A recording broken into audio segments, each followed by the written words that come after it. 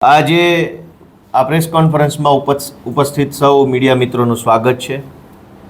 આજે આમ આદમી પાર્ટી દ્વારા એક સ્લોગન નારો લોન્ચ કરવામાં આવી રહ્યો છે।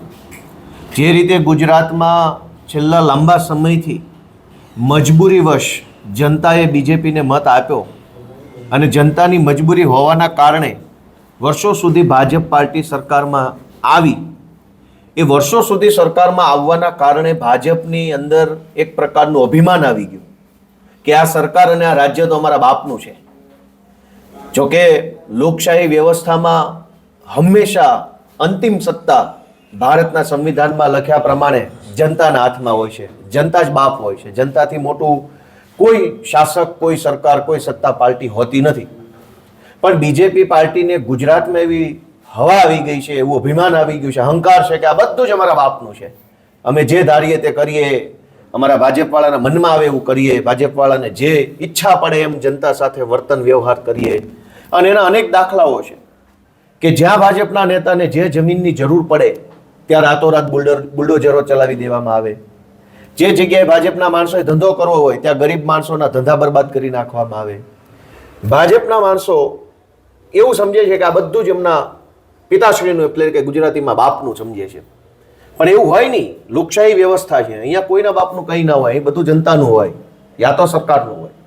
અને એટલે આમ આદમી પાર્ટીએ નક્કી કર્યું છે કે ગુજરાતની જનતા સુધી અમે એક સંદેશ પહોંચાડવા માગીએ છીએ કે આ ગુજરાત કોનું છે?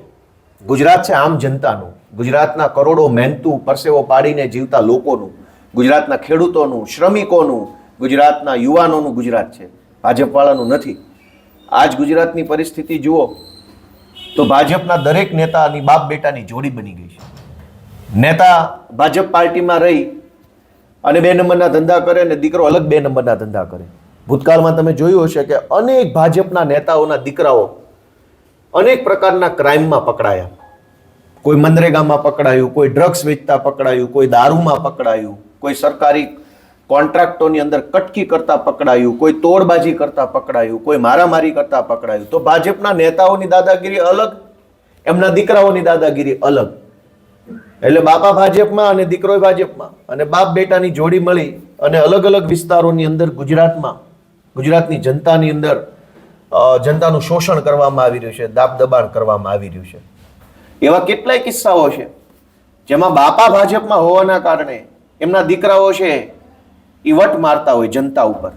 કેટલાક ભાજપના નેતાઓના છોકરાઓ એક્સિડન્ટો કરી નાખે છે, દારૂ પીને ચલાવે, ડ્રગ્સ પીને ચલાવે, બેફામ ગાડીઓ ચલાવે। શું કામ? તો કે મારા બાપા ભાજપમાં છે, મને કંઈ નહીં થાય। તો બાપ અને બેટાની જોડી ગુજરાતને બરબાદ કરી રહી છે। અને અનેક એવા કિસ્સાઓ છે, આમાં કોનું નામ લેવું અને કોનું નામ છોડી દેવું એ મોટી ચિંતાનો વિષય છે। દરેક જગ્યાએ ભાજપના નેતાઓની બાપ બેટાની જોડીથી ગુજરાતની જનતા પરેશાન છે। ગામડા લેવલથી લઈ અને રાજ્ય સરકાર લેવલ સુધી આ ઘટનાક્રમ ચાલી રહ્યો છે। ત્યારે આમ આદમી પાર્ટી દ્વારા એવું નક્કી કરવામાં આવ્યું છે કે નહીં બેટાનું નહીં બાપનું, ગુજરાત હવે હશે આપનું। આ નારા સાથે ગુજરાતની જનતા સુધી અમે પહોંચવાનો પ્રયત્ન કરીએ છીએ કે ગુજરાતની જનતાએ આપેલા મતના આધાર ઉપર જ ગુજરાતના ભાજપના નેતાઓને એમના છોકરાઓ બેફામ બન્યા છે। અને એટલે હવે આ બાપ બેટાની જોડીને ઘર ભેગી કરી અને આપનું એટલે કે જનતાનું એટલે કે સામાન્ય માણસ, ખેડૂતો, શ્રમિકો, યુવાનો, મહિલાઓ, વંચિતો, આમ જનતાનું શાસન આવે એવી ભાવના સાથે, એવા વિચાર સાથે આમ આદમી પાર્ટી આગળ વધી રહી છે। આજે અમારા આમ આદમી પાર્ટી તરફથી એક આ ના બેટાનું ના બાપનું, હવે ગુજરાત આપનું આ નારો લોન્ચ કરવામાં આવે છે। આખા ગુજરાતની અંદર આમ આદમી પાર્ટી દ્વારા આ નારો લઈ જઈને જન જન સુધી આ વાત પહોંચાડવામાં આવશે કે ગુજરાત ભાજપના બાપનું નથી અને ભાજપના નેતાઓના છોકરાઓના બાપનું પણ નથી। ગુજરાત આપનું એટલે કે આમ જનતાનું, ખેડૂતોનું, સામાન્ય પરસેવો પાડીને જીવતા માણસોનું ગુજરાત છે। ના બેટાનું ના બાપનું, હવે ગુજરાત આપનું। આ સ્લોગન સાથે, આ વિચાર સાથે આમ આદમી પાર્ટી ગુજરાતના ઘર ઘર સુધી, ગલી મહોલ્લા, એક એક વ્યક્તિ સુધી પહોંચવાનો આજથી આ કેમ્પેનનો પ્રારંભ કરે છે।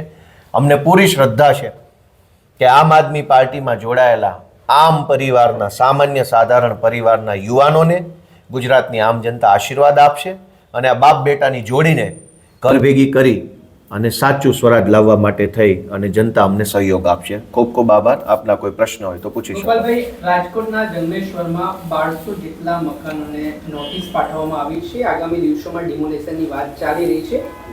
ત્યાંના લોકો ખૂબ ચિંતિત છે, કેમ કે વર્ષોથી 50 વર્ષોથી ત્યાં રહેતા હતા અને એવું કહેવાય છે કે વડાપ્રધાનનું ડ્રીમ પ્રોજેક્ટ એટલે કે રિવરફ્રન્ટ ત્યાં બનાવવા જઈ રહ્યું છે. તો શું છે આમ આદમી પાર્ટીનો આ મામલામાં સ્ટેન્ડ? આમ આદમી પાર્ટી હંમેશા ગુજરાતના છેવાડાના માણસની સાથે ઊભી રહે છે. ચાહે ખેડૂતનો મુદ્દો હોય, ચાહે ગરીબોનો હોય, ચાહે રોજીરોટી કમાતા લોકોનો મુદ્દો હોય.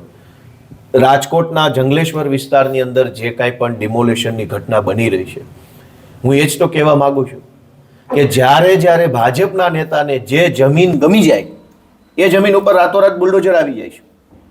અમે એ તો કહીએ છીએ કે ગુજરાત ભાજપના બાપનું નથી અને ભાજપના નેતાઓના છોકરાઓના બાપનું પણ નથી.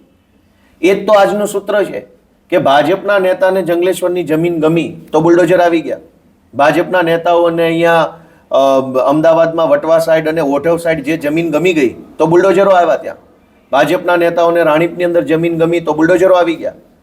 ભાજપવાળાને જે જમીન ઉપર નજર પડે ત્યાં બુલડોઝરો આવી જાય છે, પોલીસ આવી જાય, કલેક્ટરો આવી જાય, બધું ખાલી કરો, આ જમીન અમારે જોઈએ છે. આવું નહીં ચાલે.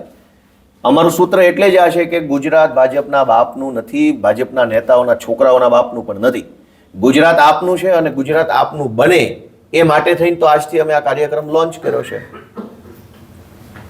પણ આમાં કોઈ લીગલી પાર્ટી તરફથી કોઈ ફાઇટ આપવામાં આવશે ત્યાંના લોકો માટે? ગુજરાતમાં વર્ષોથી આપણે જોતા આવ્યા છીએ. અત્યારે અહીંયા મોટેરા પાસે પણ હમણાં થોડાક સમય પહેલા જેસીબી આવ્યા અને 50 વર્ષોથી જે લોકો મોટેરા સ્ટેડિયમની આસપાસ સાબરમતી વિસ્તારમાં રહે છે એમના ઘર ઉજાડી દેવામાં આવ્યા.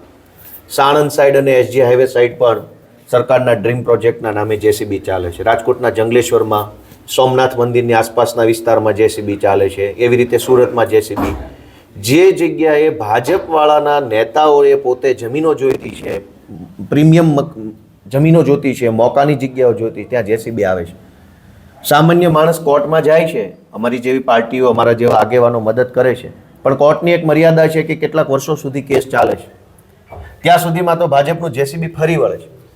મારું એવું સ્પષ્ટ માનવું છે એક વકીલ તરીકે કે જનતાની અદાલતમાં જે ચુકાદો જે ઝડપથી અને જે રીતે આવશે ને એવો ચુકાદો કદાચ સરકારની અદાલતમાં ન પણ આવે.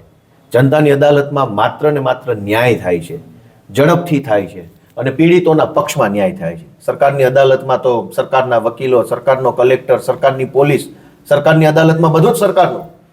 ગરીબ માણસનું શું? તો ચાહે રાજકોટનું જંગલેશ્વર હોય કે ચાહે અમદાવાદનું ઓઢવ હોય કે ચાહે અમદાવાદનું સાબરમતી સ્ટેડિયમ આસપાસની જગ્યા હોય કે ગીર સોમનાથનો મુદ્દો હોય કે સુરતનો હોય કે મહેસાણાનો હોય કે ગમે ત્યાંનો હોય, દરેક મુદ્દાની અદાલત એક જ છે, એ છે જનતાની અદાલત, લોકોની અદાલત. લોકોનો આત્મા જે દિવસે જાગે તે દિવસે જે ન્યાય થશે ત્યારે ભાજપ મોઢું નહીં બતાવી શકે. અને ત્યાં સુધી અમે કોઈ પણ પીડિતોની સાથે છીએ. ચાહે લીગલ લડાઈ લડવી છે, ચાહે સડકોની લડાઈ, ચાહે વિધાનસભાની, એમાં અમારો પૂરેપૂરો ટેકો છે. આજની તારીખમાં પણ ટેકો છે, ભવિષ્યમાં પણ હશે. ઓકે.